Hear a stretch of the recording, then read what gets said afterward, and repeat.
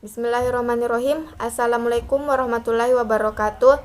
Saya Sri Wahyuni dengan NIM 1057211119519, kelas FM 19C, Fakultas Ekonomi dan Bisnis Universitas Muhammadiyah Makassar.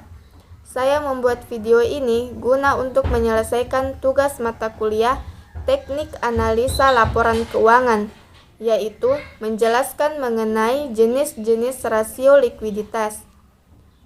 Sebelum masuk ke perhitungan dari jenis-jenis rasio likuiditas berikut adalah contoh laporan keuangan neraca dan laba rugi PT Hexindo Adi Perkasa Tbk periode 2006 dan 2007.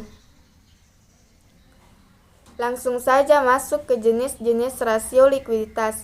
Yang pertama yaitu rasio lancar atau current ratio.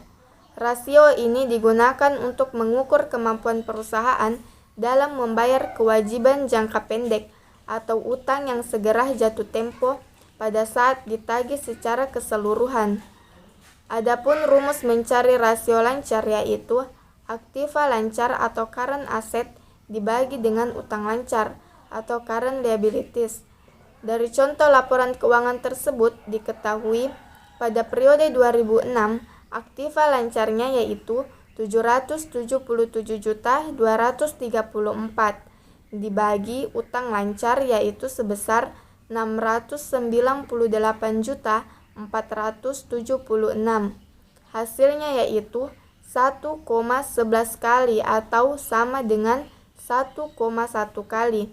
Begitu juga untuk tahun 2007. Jenis rasio likuiditas kedua yaitu rasio sangat lancar atau quick ratio. Rasio ini dapat menunjukkan kemampuan perusahaan dalam memenuhi atau membayar kewajiban atau utang lancar dengan aktiva lancar tanpa memperhitungkan nilai persediaan atau inventory. Adapun rumus dari quick ratio ini yaitu current asset dikurang inventory dan dibagi dengan utang lancar atau current liabilities. Dari contoh laporan keuangan tersebut diketahui pada periode 2006 current asset yaitu 777.234 dikurang inventory yaitu sebesar 26.560. Kemudian dibagi utang lancar sebesar 699.477 hingga didapat hasil 1,7. Untuk 2007 juga lakukan hal yang sama. Jenis rasio likuiditas yang ketiga adalah rasio kas atau cash ratio. Rasio ini digunakan untuk mengukur seberapa besar uang kas yang tersedia untuk membayar utang. Adapun rumus dari rasio kas yaitu cash or cash equivalent dibagi dengan utang lancar. Dari laporan keuangan periode 2006 tersebut diketahui cash or cash equivalent-nya atau kas dan banknya sebesar 78.098.000 dibagi utang lancar sebesar 699.477 sehingga didapatkan hasil 0,11 atau sama dengan 11%.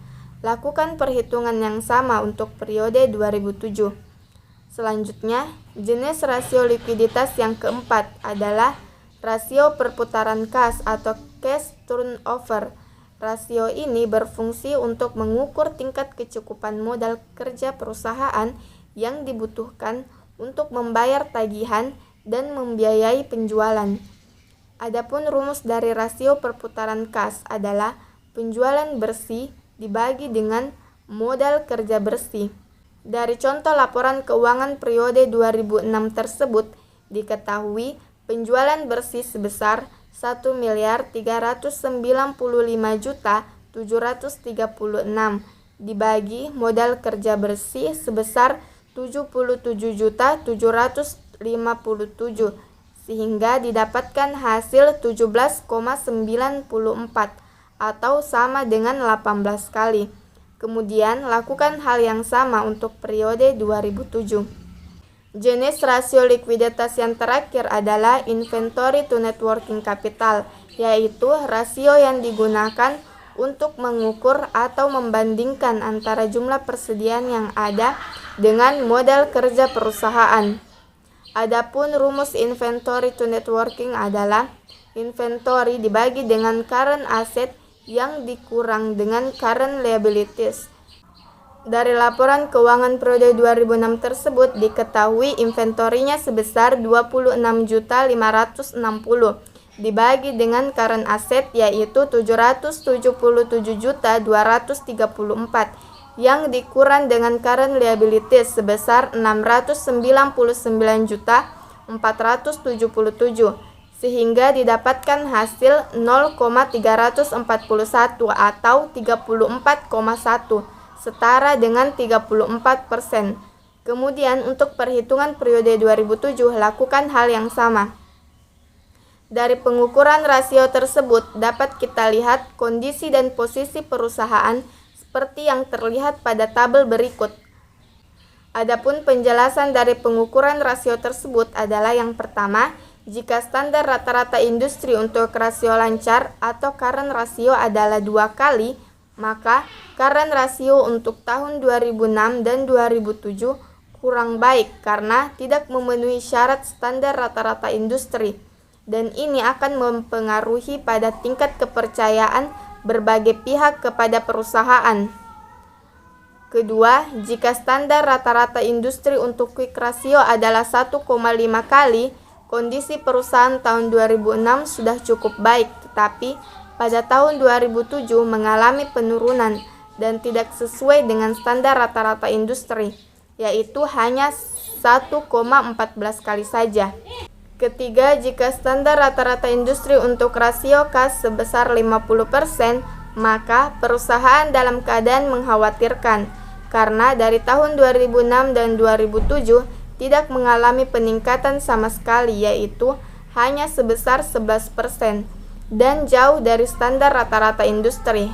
Keempat, jika standar rata-rata industri untuk rasio perputaran kas adalah 10%, maka perusahaan berada dalam keadaan memuaskan karena masih di atas rata-rata. Walaupun terjadi penurunan di tahun 2006 yaitu 18%, menurun di tahun 2007 jadi 14%, tapi walaupun demikian ini masih berada di atas standar rata-rata industri.